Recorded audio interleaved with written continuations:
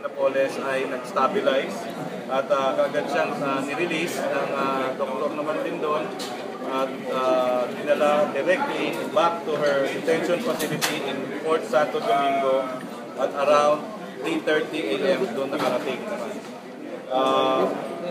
Inihahanda naman ng PNP SAP ang kukulang mga reports, written reports na siya naman din isusumite sa korte at sa pamunuan ng Philippine National Police. Hindi ko alam eh. Meron po bang rekomendasyon kung kailangan ng further treatment?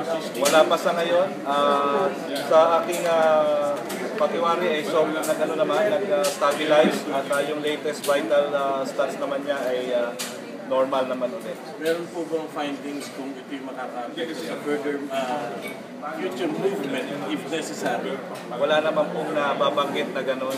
And I guess it is best to interview her personal physicians. I'm sure this has been reported to her personal doctors.